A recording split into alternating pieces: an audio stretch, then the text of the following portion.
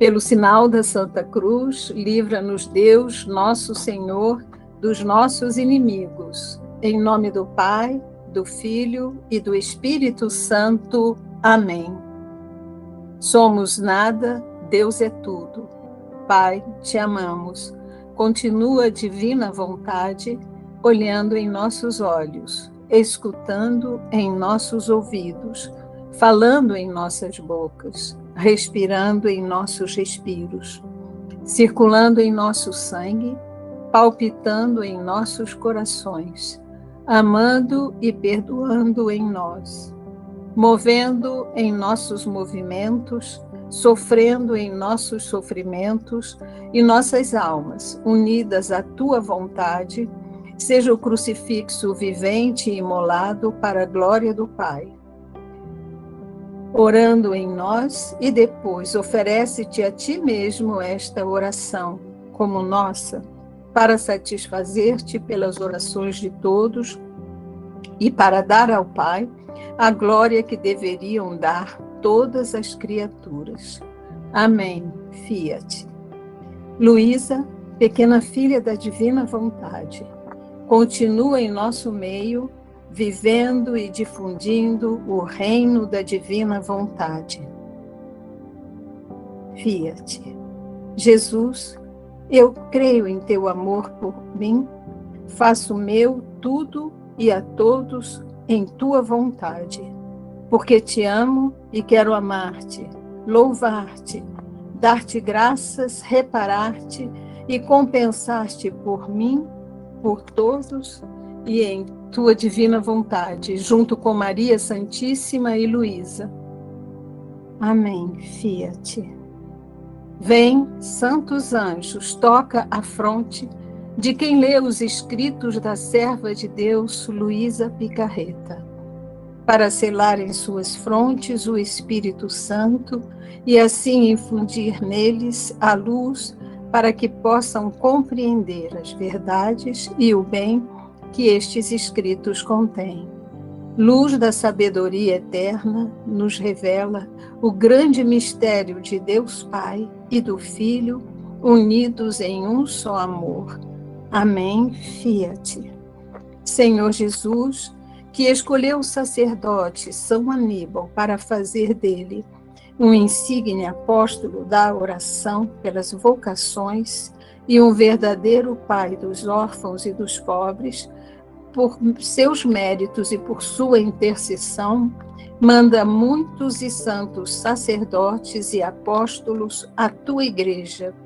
Faz que tudo seja para a tua maior glória e para o bem de nossas almas, por Cristo nosso Senhor. Amém. E agora, Pablo, vamos aqui à leitura. Com certeza. Sim. Obrigado. Capítulo 17, página 55. Vitória na prova contra as tentações. Agora, essa dura batalha, embora não me lembre muito bem, entre dias ou semanas separadas, durou 3 anos. Ainda que não parasse por completo, começaram a mitigar. Lembro-me que depois de que uma comunhão, o Senhor me ensinou como eu deveria fazer para os pôr em fuga, que era desprezá-los e não lhes prestar nenhuma atenção, e que eu deveria fingir que eram tantas formigas. Senti-me infundir tanta força que não sentia mais o medo de antes, e fazia assim. Quando faziam um barulho, rumores, eu lhes dizia: se vê que não tem nada que fazer e que para passar o tempo estão fazendo tantas tonteiras, façam, que depois, quando se cansarem, terminarão. Às vezes paravam, outras vezes ficavam tão zangados que faziam ruídos mais altos. Eu os sentia ao meu lado, tornando-se mais forte, e faziam violência para me levar. Podia sentir o cheiro horrível ao calor do fogo. É verdade que no meu íntimo senti um estremecimento, mas me compelia e lhes dizia: mentirosos que sois! Se isso fosse verdade, desde o primeiro dia o haveriam feito, mas como é falso e que não tendes nenhum poder sobre mim, exceto aqueles que vos é dado do alto. Por isso, digam, e depois, quando vos cansardes, morrereis. Se, pois, gemiam e gritavam, lhes dizia: que? Não saíram bem as coisas hoje? Lamentai-vos, porque vos foi tirada alguma alma? Pobrezinhos, não se sentem bem? Porém, quero também eu fazê-los lamentar outro pouco. E começavam a rezar pelos pecadores, ou a fazer reparações. Às vezes riam-me, como começavam a fazer as coisas habituais, e lhes dizia: como posso temê-los, raça vil? Se não fossem esses seres sérios não teriam feito tantas tolices. Vocês mesmos não se envergonham? Não façam o que os torna ridículos. Depois, se me punham tentações de blasfemar ou de odiar a Deus, oferecia aquela pena amarguíssima, aquela violência que me faziam, porque enquanto via o que o Senhor merecia todo o amor, todos os louvores, eu era forçada a fazer o contrário, em reparação de tantos que livremente os blasfemam e que nem sequer se lembram que existe um Deus e que estão obrigados a amá-lo. Se me incitavam ao desespero, em meu interior dizia: não presto atenção nem no paraíso, nem no inferno. A única coisa que me apressa é amar a meu Deus. Este não é tempo de pensar em outra coisa, senão que é tempo de amar, quanto mais possa o meu bom Deus, o paraíso e o inferno, os deixo em suas mãos. E Ele, que é tão bom, me dará o que mais me convém, e me dará um lugar onde possa glorificá-lo mais. Jesus Cristo ensinou-me que o meio mais eficaz para fazer com que a alma fique livre de toda vã apreensão, de toda dúvida, de todo temor, era declarar diante do céu, da terra e diante dos próprios demônios não querer ofender a Deus, mesmo à custa da própria vida. Não querer consentir a qualquer tentação do demônio. E isso se pode fazer assim que a alma adverte que vem a tentação. No momento da batalha, é à medida que começa a se sentir livre. E também durante o curso do dia. Fazendo assim, a alma não perderá tempo em pensar se consentiu ou não, porque só recordar a promessa lhe restituirá a calma. E se o demônio busca inquietá-la, poderá responder-lhe que se tivesse tido intenção de ofender a Deus, não teria declarado o contrário, e assim ficará livre de todo temor.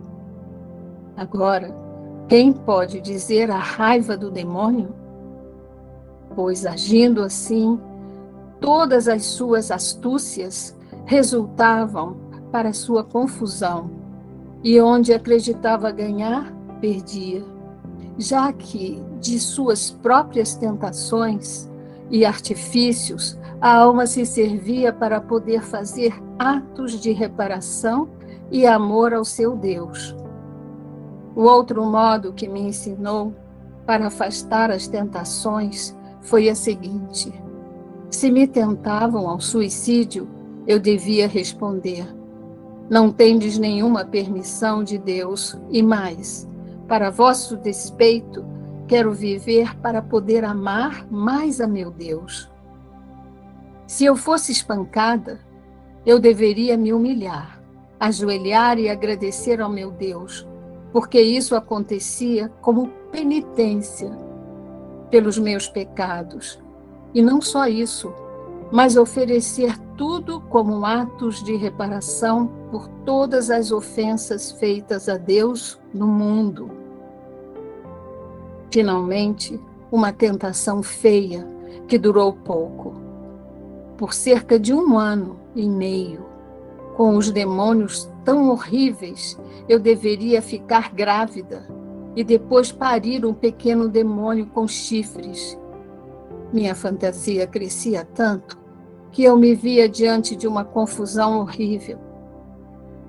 Pelo que se teria dito de mim, por tão espantoso acontecimento.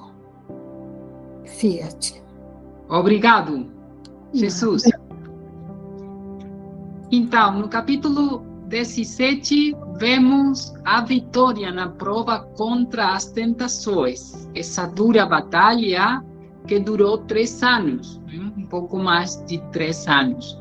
Luísa lembra como, depois de uma comunhão, o Senhor lhe ensina como ela deveria fazer para pôr os demônios em fuga. E Jesus fala que deve desprezá-los e não lhes prestar nenhuma atenção, que eles fingir que eram como umas formigas, porque o diabo sempre quer chamar a atenção e roubar o centro de Deus, fazer-se grande e importante. Relembramos a semana passada que Jesus disse que basta um ato contra, um desprezo, uma oração para fazê-lo fugir. Luísa já não sentia o medo de antes, tinha uma coragem maior.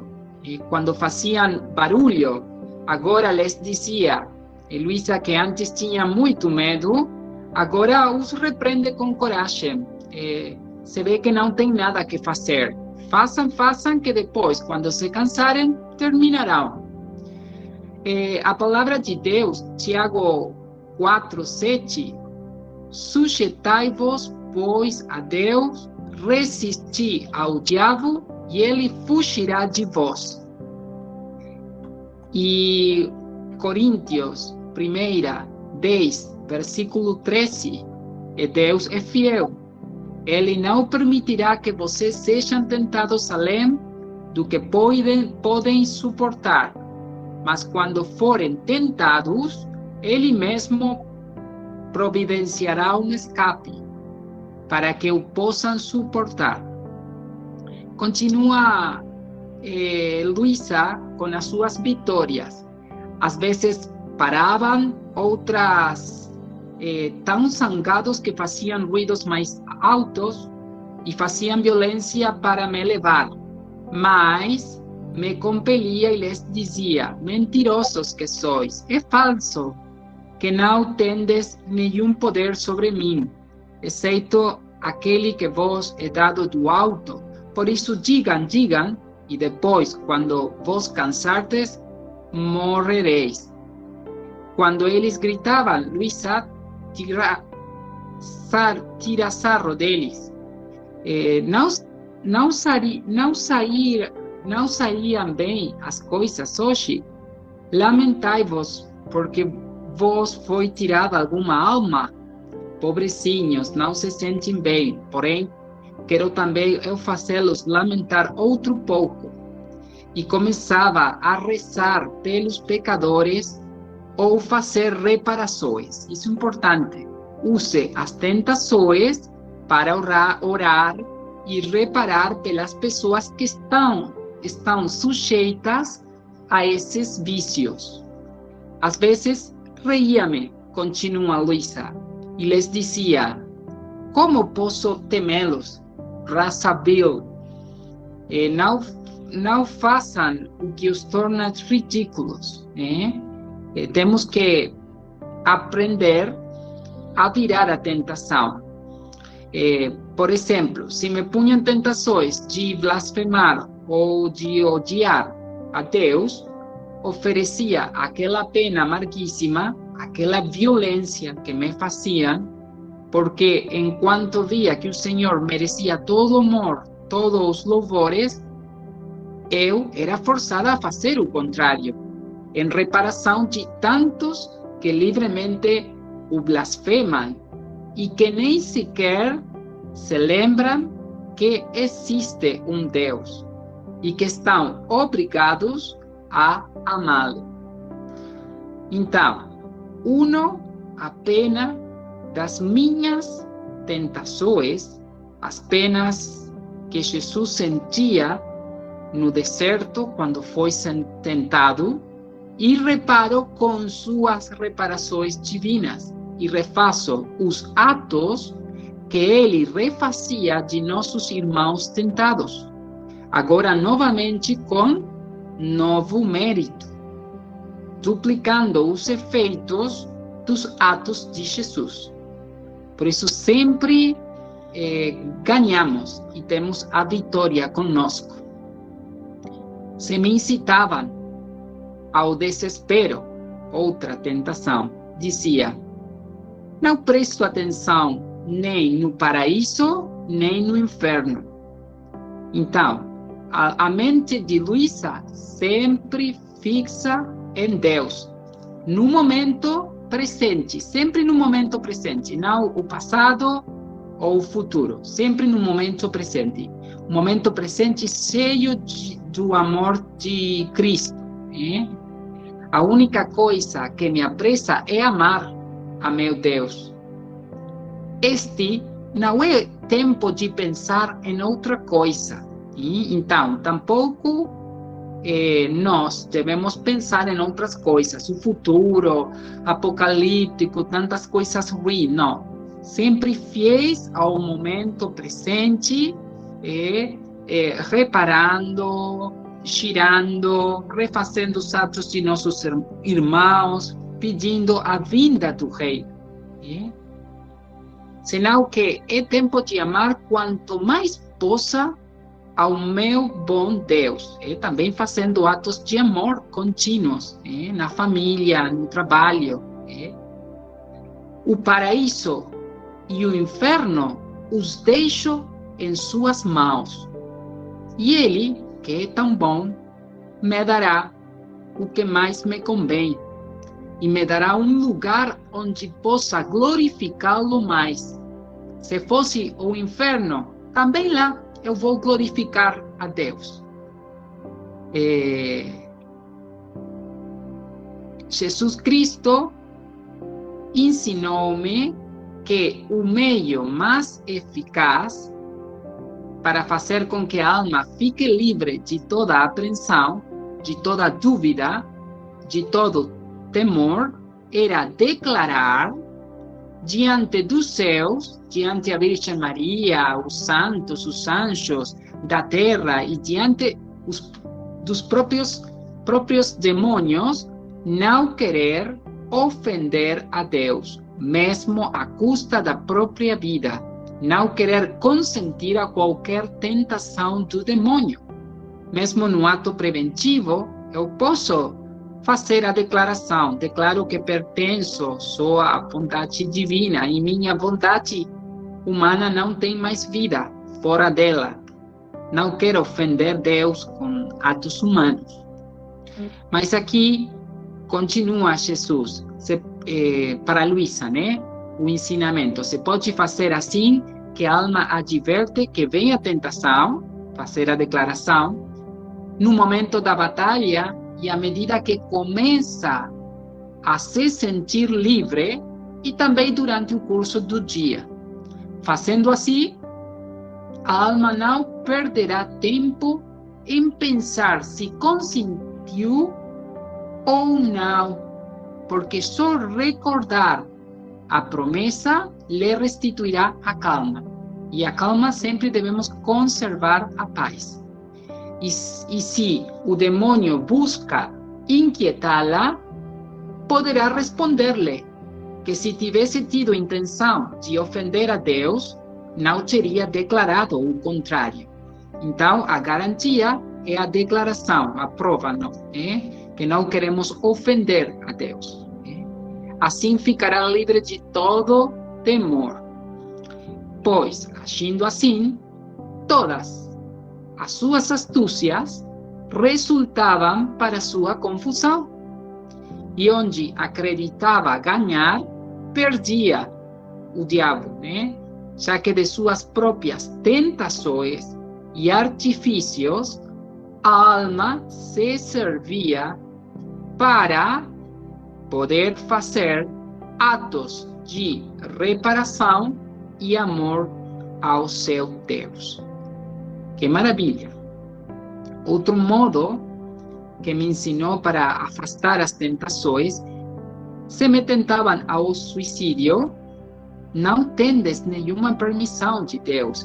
É mais, para vosso despeito, quero viver para poder amar mais a meu Deus. Sempre atos contrários. O suicídio, não, eu quero viver mais anos para glorificar sempre a Deus. E se eu fosse espancada, deveria me humilhar, ajoelhar e agradecer a meu Deus, porque isso acontecia como penitência. Graças, louvado seja Deus, porque uma penitência pelos infinitos pecados meus e da minha família e de toda a família humana, E não só isso, mas oferecer tudo com atos de reparação por todas as ofensas feitas a Deus no mundo. Importante porque o inimigo oferece novas tentações, que são frequentes também nos grupos da Divina Vontade, quando estamos conhecendo e começando, porque é uma santidade diferente, mas temos muitos desvios também na Divina Vontade, e temos que ter atenção. Por exemplo, você não precisa comungar, porque você já é uma hóstia viva. Como? Se Luísa vivia praticamente da Eucaristia, ela que é a cabeça de missão, comungava sempre. Então, temos que prestar atenção, porque o inimigo sempre se veste de anjo de luz. Agora você deve receber a comunhão com mais frequência para aumentar a vida divina que está crescendo em você e para libertar Jesus que está preso na Eucaristia. A alma que vive na Divina Vontade é a única que pode dar glória divina e fazer uma correspondência universal para Jesus encerrado na Eucaristia e receber o fruto pleno do sacramento. Então, Deus está esperando que as almas que vivam na Divina Vontade recebam os sacramentos para dar a glória divina desses sacramentos, em nome de toda a família humana. Se por circunstâncias extraordinárias não for possível comungar, por exemplo, a pandemia, os templos fechados, a alma fica tranquila, em perfeita calma e paz, porque ela, fundida na Divina Vontade, assiste e concorre a todas as consagrações. Mas, mientras temos os sacramentos, vamos, é normal, é simples, tá bom? Outras desviações, ou desvios, ele não precisa se confessar, porque quem vive na divina bondade não peca. É verdade que enquanto a alma está fundida, ela não pode pecar, porque deve usar o livre-arbítrio para ofender a Deus. Mas, através do sacramento, você se liberta das imperfeições também, que descem como pó sobre sua alma, e recebe a graça que impede futuras quedas no pecado.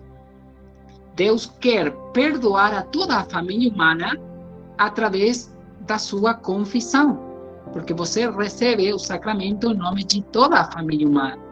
Você pede perdão por todos os atos da bondade humana em nome de toda a família humana.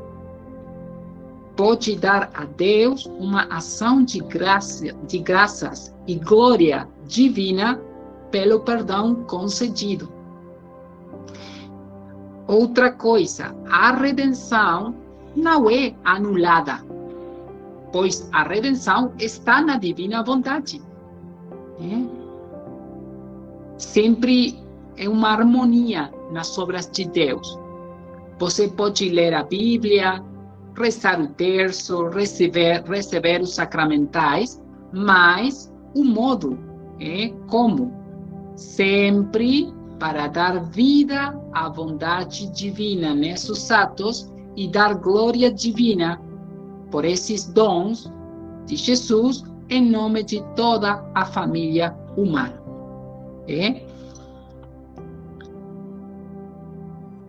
O inimigo odeia a divina bondade, né? Outra tentação, perto dos escritos, que os escritos fornecidos pelo inimigo. Por exemplo, Luísa, no volume 16 e 20, ela diz: quem sabe se não fosse o meu adorado Jesus que se dignasse falar comigo, Quantas pessoas dizem, não, estes escritos são do inferno, né? Luísa, quem sabe se não fosse o meu adorado Jesus que se dignasse falar comigo, manifestando-me tantas verdades sublimes, especialmente sobre a bondade divina.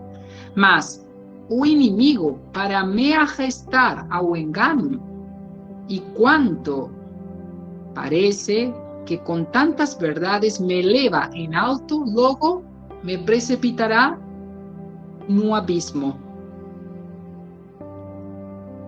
E Jesus, movendo-se em meu interior, me tem dito: minha filha, por que temes? Não sabes tu que o que menos sabe de mim, a serpente infernal, é da minha vontade, porque não quis fazê-la. E não a fez, nem a conheceu, nem amou, muito menos penetrou nos segredos de meu inescrutável querer, para conhecer seus efeitos, o valor de minha vontade. E se não os conhece, como pode falar dela? Mas bem, a coisa que mais aborrece é que a alma faça a minha vontade. Atenção, a ele não lhe importa se a alma reza, se se confessa, se comulga, se faz penitência, se faz milagres, senão a coisa que mais o danifica é que a alma faça a minha vontade. Porque eu posso rezar tudo em bondade humana, né? Mas a coisa que mais danifica a ele é que a alma faça a minha vontade. Porque assim que se revelou a minha vontade, foi criado nele o inferno, seu estado infeliz. A raiva que ocorreu assim que a minha vontade é inferno para ele. E cada vez que a alma sujeita a meu querer, conhecer os méritos, o valor, a santidade dela, se sente duplicar o inferno, porque vê na alma criar o paraíso, a felicidade, a paz por eles perdidas. E quanto mais meu querer é conhecido, tanto mais fica atormentado e furioso. Portanto, como poderia te falar de meu querer se forma seu inferno? Então, cada ato da alma é um paraíso demais e um tormento maior para o inimigo. Por isso, quando a alma está conhecendo a divina vontade, as mentiras que semeia e que não estão aprovados e que são heresias, esses escritos, acontece sempre, né? E também colocar desvios nos grupos. Vamos continuar agora, Eliane, com o capítulo de 18. Luísa contempla novamente Jesus Cristo como na paixão e aceita a condição de vítima. Depois de cerca de 1 ano e meio desta luta, finalmente terminaram as crueldades dos demônios e começou uma vida toda nova. Mas os demônios não deixaram de me incomodar de vez em quando. Porém, não eram tão frequentes, nem tão feroz a batalha. E eu me acostumei a desprezá-los. A vida nova que começou foi na casa de campo chamada Torre de Esperata. Um dia, onde mais do que nunca tinha sido atormentada pelo demônio, tanto que senti perder as forças e desmaiar. Pela tarde, enquanto estava assim, senti vir-me uma coisa mortal e perdi os sentidos. Neste estado, via Jesus Cristo rodeado de muitos inimigos. Quem lhe golpeava, quem lhe esbofeteava, quem lhe cravava os espinhos na cabeça, quem lhe destroçava as pernas, quem os braços. Depois que o reduziram quase em pedaços, o puseram nos braços da Virgem. E isto acontecia um pouco longe de mim. Depois que a Virgem Santíssima o tomou em seus braços, aproximou-se de mim e chorando me disse: Filha, vê como é tratado o meu filho pelos homens. As horríveis ofensas que cometem jamais lhe dão trégua. Olha como ele sofre. Eu tentava vê-lo e avistava-o todo ensanguentado, todo ferido e quase despedaçado, reduzido a um estado mortal. Sentia tais penas que tivesse querido morrer 1000 vezes, em vez de ver meu Senhor sofrer tanto. Me envergonhava de meus pequenos sofrimentos. A Santíssima Virgem acrescentou, mas sempre chorando: aproxima-te a beijar as chagas do meu filho. Ele te escolhe como vítima. E se tantos o ofendem, tu, oferecendo-te a sofrer o que ele sofre, lhe darás um alívio em tanto poder. Não o aceitas? Eu me senti aniquilada, tão má como ainda sou, e indigna, que não ousava dizer sim. Minha natureza tremia, me sentia tão fraca pelas penas passadas, que mal me restava um fio de vida. Além disso, não sei como, de longe vi os demônios que tanto perturbavam, faziam muito ruído, e via que tudo o que tinha visto que tinham feito ao Senhor deveria fazê-lo a mim se aceitasse. Em mim mesma sentia tais penas, dores, estiramentos de nervos que acreditei que deixaria a vida. Finalmente me aproximei e lhe beijei as chagas. Parecia que ao fazê-lo, aqueles membros tão lacerados se curavam, e o Senhor, que antes parecia quase morto, começava a reanimar-se à nova vida. Internamente recebia tais luzes sobre as ofensas que se cometem, atrações para aceitar ser vítima, ainda que devesse sofrer 1000 mortes, porque o Senhor tudo merecia, e que eu não poderia opor-me ao que Ele queria.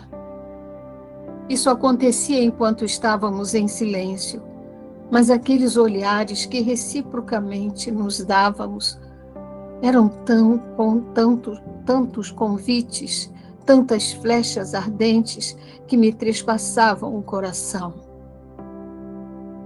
Especialmente a Santíssima Virgem me incitava a aceitar, mas quem pode dizer o que passei? Finalmente o Senhor, olhando-me com benignidade, disse-me: Tu viste o quanto me ofendem e quantos caminham pelos caminhos da iniquidade, e sem o perceberem precipitam-se no abismo. Vem, oferece-te ante a divina justiça como vítima de reparação pelas ofensas que se fazem e pela conversão dos pecadores, que a olhos fechados bebem na fonte envenenada do pecado. O inimigo, um imenso campo se abre diante de ti, de sofrimentos, sim, mas também de graças. Eu não te deixarei mais. Virei em ti a sofrer tudo o que fazem os homens, fazendo-te participar das minhas penas. Como ajuda e consolo te dou a minha mãe.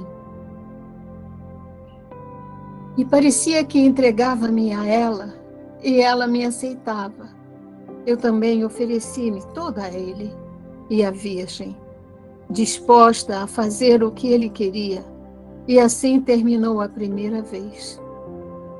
Depois de recuperar-me daquele estado, sentia tais penas, tal aniquilamento de mim mesma, que via-me como um miserável verme que não sabia fazer mais que arrastar-se por terra. E dizia ao Senhor: ajuda, tua onipotência me aterroriza. Vejo que se tu não me levantas, meu nada se desfaz e vai dispersar-se. Dá-me o sofrimento, mas rogo-te, dá-me a força, porque me sinto morrer. E assim começou um alternar-se de visitas de Nosso Senhor e de tormentos por parte dos demônios. Quanto mais me resignava, tanto mais aumentavam sua raiva. Fiat. Obrigado. Nada. Então, aqui Luísa começa o ofício da alma vítima, porque aceita a condição de vítima, né? Importante porque vai ser o primeiro dos ofícios da Luísa. O segundo é a filha primogênita da divina vontade, fazer o que Jesus fazia quando sua humanidade, a vontade humana de Jesus, estava fundida na divina vontade, como ele refazia os atos de toda a família humana. Finalmente terminaram as crueldades dos demônios e começou uma vida toda nova. Um dia senti perder as forças e desmaiar. Também vamos a ver que começa a perda dos sentidos. Senti vir-me uma coisa mortal e perdi os sentidos. Neste estado, vi a Jesus Cristo rodeado de muitos inimigos, que ele golpeava, que ele esbofeteava, quem lhe cravava os espinhos na cabeça, quem lhe destroçava as pernas, quem os braços. Depois que o reduziram quase em pedaços, o puseram nos braços da Virgem. E isto acontecia um pouco longe de mim. Símbolo também da vida divina que está despedaçada pelas paixões, misérias, fraquezas que governam a vida humana. Depois que a Virgem Santíssima o tomou em seus braços, aproximou-se de mim e chorando me disse: Filha, vê como é tratado meu filho pelos homens. As horríveis ofensas que cometem jamais lhe dão trégua. Olha como ele sofre. Então, a Santíssima Virgem depois acrescentou: aproxima-te a beijar as chagas de meu filho. Ele te escolhe como vítima. Maria sempre dá a conhecer a bondade de Jesus. Sempre aproxima-te a beijar as chagas de meu filho. Ele te escolhe como vítima. E se tantos o ofendem, tu, oferecendo-te a sofrer o que ele sofre, lhe darás um alívio em tanto padecer.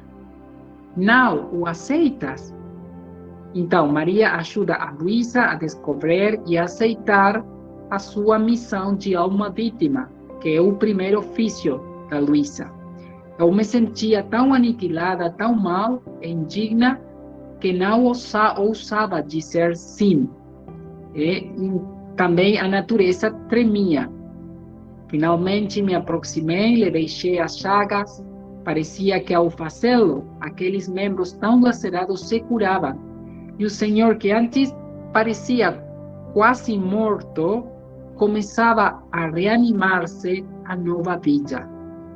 Internamente recebia tais luzes sobre as ofensas que se cometem, atrações para aceitar ser vítima, ainda que devesse sofrer 1000 mortes, porque o Senhor tudo merecia, e que eu não poderia opor-me ao que Ele queria.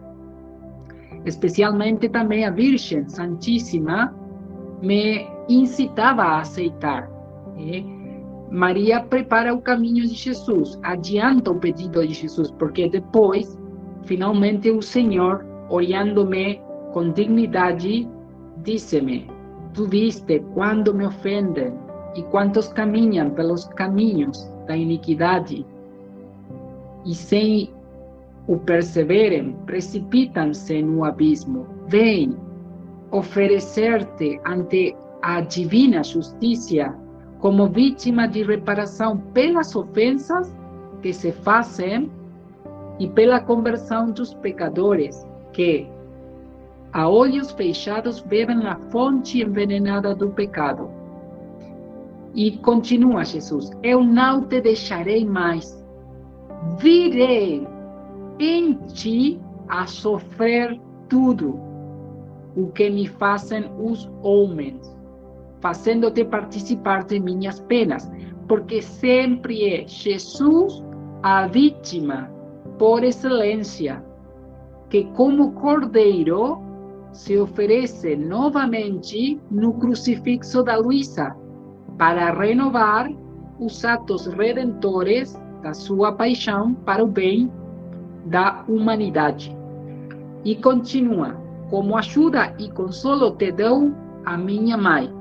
No Catecismo, número 964, diz: a bem-aventurada Virgem avançou na peregrinação de fé, e manteve fielmente a sua união como filho até a cruz, junto da qual esteve de pé, não sem um desígnio divino. Padeceu acerbamente com o seu Filho único e associou-se com o coração de mãe ao seu sacrifício.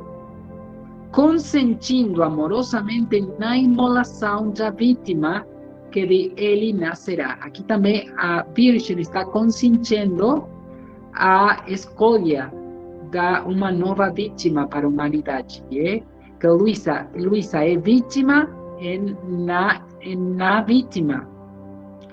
vítima por excelência, que é Jesus, fundida a Jesus. A vítima nasceu e sempre nasce de Maria, e a atualização do vitimado de Jesus em outras almas. Romanos 12, 1.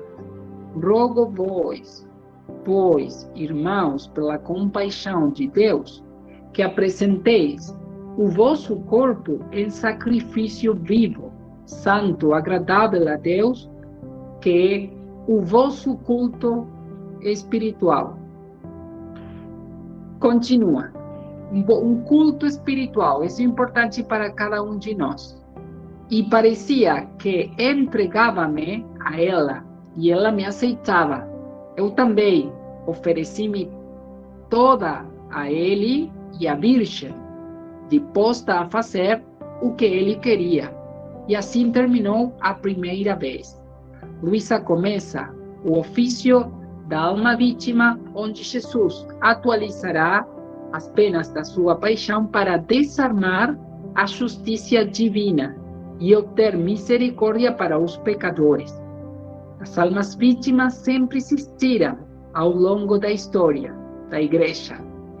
Jesus fala que se durante 15 minutos faltasse uma vítima que com seu sofrimento e oração apoiava o mundo, recebendo os golpes da justiça, ele tinha sido aniquilado o mundo. Nós seremos vítimas espirituais, com a crucificação contínua de nossas vontades humanas. Mas o vitimado de Luísa também foi diferente, porque Luísa foi a primeira alma estigmatizada no divino querer. E é uma nova maneira, forma, né? Porque ela participa na vida divina. O vitimado dela foi diferente. Consuma os atos das vítimas e dos santos da santidade humana de todos os tempos e coloca o selo divino. Aqui, no volume 12, 14 de março de 1919, mas saiba que terei a honra, acaba esse capítulo, a glória da primeira alma estigmatizada em meu querer. Jesus diz isso para Luísa. Mas também, nesse capítulo, minha filha, como te escolhi pela primeira para fazer vida em meu querer, quero que também tome parte nas penas que recebia minha humanidade de minha divindade. As penas que também a humanidade de Jesus para satisfazer a justiça divina, em minha vontade. Cada vez que entrar em meu querer, encontrará as penas que me deu a divindade, não as que me deram as criaturas. As que me deram as criaturas eram em modo finito. Por isso te quero em meu querer, onde encontrarás penas em modo infinito e inumeráveis. Terás cravos sem número, múltiplas coroas de espinhos, mortes repetidas, penas sem fim, todas similares às minhas, em modo divino e imensas, que se estenderão em modo infinito a todos, passados, presentes e futuros. Serás a primeira que não numeradas vezes, como as que participam nas chagas da minha humanidade, mas tantas vezes por quantas me fez sofrer a minha divindade, juntamente comigo serás o cordeirinho sacrificado pelas mãos do meu Pai, para ressurgir e ser sacrificada de novo. Ficarás crucificada comigo pelas mãos eternas, para receber em ti a marca das penas eternas, imensas e divinas. Relembramos que a paixão de Jesus, a paixão interior, foi maior que a paixão externa. E que Jesus tinha que refazer todo o interior do homem. Os pensamentos maus, os pensamentos impuros, os pensamentos de soberba, né? Eram tantas mortes, tantos espinhos, né? Então, era uma paixão contínua nos pensamentos, nos sentimentos, nos olhares, etc., né? Então, Luísa está participando também nessas penas. Jesus recebia as penas e ele as mortes, porque morria e ressuscitava os atos divinos contrários. Mas, depois de recuperar-me daquele estado, sentia tais penas, tal aniquilamento de mim mesma, também para ter uma atenção com como era diferente o vitimado de Luísa, né? E quanto sofreu por a família humana também ela, né? Para ter esse agradecimento para ela, como filhos do reino. Que via-me como um miserável, ver-me que não sabia fazer mais que arrastar-se por terra, e dizia ao Senhor: ajuda, tua onipotência me aterroriza, vejo que se tu não me levantas, meu nada se desfaz e vai dispersar-se. Dá-me o sofrimento, mas rogo-te, dá-me a força, porque me sinto morrer. E agora estamos no começo. Luísa sentia as penas na alma e quando voltava, o corpo participava dessas dores.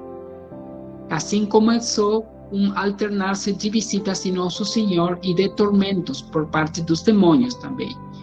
Quanto mais me resignava, tanto mais aumentavam sua raiva. Uma última coisa. Podemos participar dos atos do vitimado de Jesus, Luísa, e de todas as almas vítimas, tendo uma vida contínua na divina vontade, seja com momentos de dor ou gozo também, né? Só por viver sem sair jamais, a reparação é contínua e divina. Seja qualquer ato que nós estamos fazendo nesse momento. No volume 13, Luísa pergunta a Jesus: como dime, ó Jesus, como é que depois de ter te posto a alma a sofrer e de que ela conhecendo o bem que há no sofrer, e quando crê que seu patrimônio é o sofrer, no mais belo, você lhe tira este tesouro? E Jesus responde: para fazer que todas as coisas, sejam grandes ou pequenas, sofrer ou gozar, naturais ou espirituais, adquiram uma só cor e tenham um só valor, o divino, a cor divina, o valor divino. Permito que quando a alma se treinou a sofrer e chega a amá-lo, eu lhe faço passar o sofrer como propriedade na vontade. Assim, que cada vez que eu lhe mande o sofrer, tendo a propriedade, as disposições na vontade, se encontrará sempre disposta a sofrer e amar o sofrimento. Assim que eu olho as coisas na vontade. Então, é para a alma como se sempre sofresse, apesar de que não sofre. E a fim de que o gozo tenha o mesmo valor que o sofrer, e o rezar, o obrar, o comer, o dormir, em suma, tudo. Todos são atos divinos, tem valor divino. Não importa o que estamos fazendo, sempre que estemos fundidos e que o ato que estemos fazendo não seja pecado. Porque o todo está em si. As coisas são de minha vontade, para fazer que, quaisquer que sejam as coisas, tenham um só valor. Permito que a alma se eduque a todas as coisas em minha vontade com santa indiferença.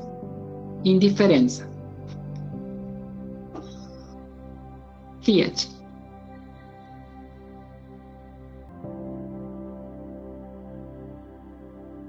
Em nome do Pai, do Filho e do Espírito Santo.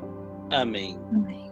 Quero abençoar-te com a mesma bênção que Jesus abençoa sua Mãe Santíssima antes de começar a sua paixão. Portanto, por mediação e intercessão da Santíssima e sempre Virgem Maria, Mãe e Rainha da Divina Vontade, abençoo-te para imprimir em ti o triplo selo das três divinas pessoas, para que ressurjas do teu decaimento e vivas no divino querer. Esta bênção, em nome do Pai, comunique e imprima na tua vontade a sua potência, fazendo-a de novo soberana de tudo. Em nome do Filho, Jesus Cristo, comunique e imprima na tua inteligência a sua sabedoria. Em nome do Espírito Santo, comunique e imprima na tua memória o seu amor. Que as forças da alma e do corpo voltem a ti, que sejas curado de toda doença espiritual e corporal. E a tua alma receba a riqueza e a beleza de todo o bem e virtude. E para te rodear de defesa contra o demônio, o mundo e a carne, com Jesus abençoo todas as coisas que ele criou, para que tu recebas abençoadas por ele. Abençoo-te a luz, o ar, a água, o fogo, o alimento, tudo para que fiques submerso e coberto com estas bênçãos. Junto com Jesus, abençoo-te o coração, a mente, os olhos, os ouvidos, o nariz, a boca, as mãos, os pés, o corpo, as entranhas, a respiração, todo o movimento. Abençoo-te para te ajudar. Abençoo-te para te defender. Abençoo-te para te perdoar. Abençoo-te para libertar de todo mal. Abençoo-te para te consolar. Abençoo-te para que sejas santo. Abençoo-te, portanto, em nome do Pai, do Filho, do Espírito Santo. Amém. Amém. Glorifique Deus com vossas vidas, permanecei em paz e o Senhor os acompanhe. Boa noite a todos, então, uma ótima semana.